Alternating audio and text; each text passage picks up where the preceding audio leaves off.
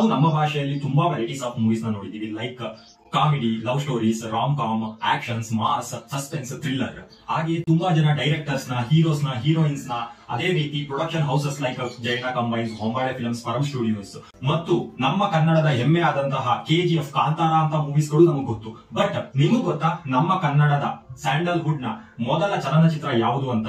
ಇದನ್ನ ಡೈರೆಕ್ಟ್ ಮಾಡಿದವರು ಯಾರು? ಇದನ್ನ ಪ್ರೊಡ್ಯೂಸ್ ಮಾಡಿದವರು ಯಾರು? ನಮ್ಮ ಕನ್ನಡದ ಮೊದಲ ಹೀರೋ, ಹೀರೋಯಿನ್ ಯಾರು ಅಂತ? ಕನ್ನಡದ ಮೊದಲ ಸಿನಿಮಾ ಸತಿ ಸುಲೋಚನ. ಇದು 1934 ಮಾರ್ಚ್ 3ರಂದು ತೆರೆ ಕಾಣುತ್ತೆ. ಮೊದಲ ಡೈರೆಕ್ಟರ್ ಆಗಿ ಆಯ್ಕೆ ಮಾಡಿದ್ದು YV ರಾವ್. ಇವರು ಬೇಬಿ ಲಕ್ಷ್ಮಿ ಅವರ ತಂದೆ ಕೂಡ. ಕನ್ನಡದ ಮೊದಲ ಹೀರೋ ಸುಬ್ಬಯ್ಯ ನಾಯ್ಡು ಅವರು. ಇವರು ಈಗಿನ ಸೃಜನ್ ಲೋಕೇಶ್ ಅವರ ತಾತ. ಮತ್ತು ಮೊದಲ ಹೀರೋಯಿನ್ ಬಂದು ತ್ರಿಪುರಾಂಬ ಅಂತ. 1934 ಅದೇ ವರ್ಷ ಭಕ್ತ ಧ್ರುವ ಅನ್ನೋ ಮೂವಿ ಕೂಡ ರಿಲೀಸ್ ಆಗುತ್ತೆ. ಆಕ್ಚುಲಿ ಫಸ್ಟ್ ಟೀಮ್ ಕನ್ನಡದಲ್ಲಿ ಮೂವಿ ಮಾಡೋಕೆ ಸ್ಟಾರ್ಟ್ ಮಾಡಿದ್ದು ಅದು ಭಕ್ತ ಧ್ರುವ ಟೀಮ್. ಇದರ 4 minutes complete video YouTube channel ನಲ್ಲಿ ಅವೈಲಬಲ್ ಇದೆ. Please watch.